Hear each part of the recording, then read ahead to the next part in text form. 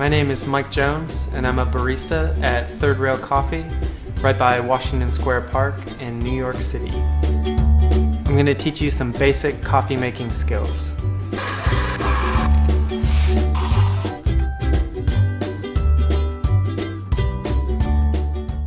Alright, so I'm going to give you a couple tips for preparing espresso. A couple things that are overlooked and that will really improve the results you're seeing. One of those is consistency. There's now an endless amount of information on the internet and in books on how to make espresso, and there are definitely standards that everyone knows to do, which is to dose evenly in the basket, to tamp evenly and consistently, and then to have a shot that's pulled between 21 to 30 seconds, yielding 1.5 to 2 ounces volume. That's sort of if you just look up how to prepare espresso on websites like coffeegeek.com, that's what they're saying. But there are also people giving opinions on whether or not to use your finger to distribute the coffee once you put it in the portafilter, whether or not to knock the portafilter, which is called settling it, which is a technique used to overdose, meaning to put more coffee in the basket than is intended to be in there.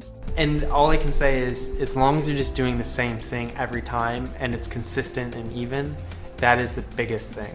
So, at least as far as how you've dialed in the espresso. So if I got a shot that tasted good and I just filled the basket, knocked it around to get the grounds even in there, tamped a certain way, and then pulled it for a certain amount of time, I'm just going to want to do that every time. And if it starts straying, I'm going to adjust so that I can do the same consistent actions to get the same result. The other tip is cleanliness. Very much overlooked.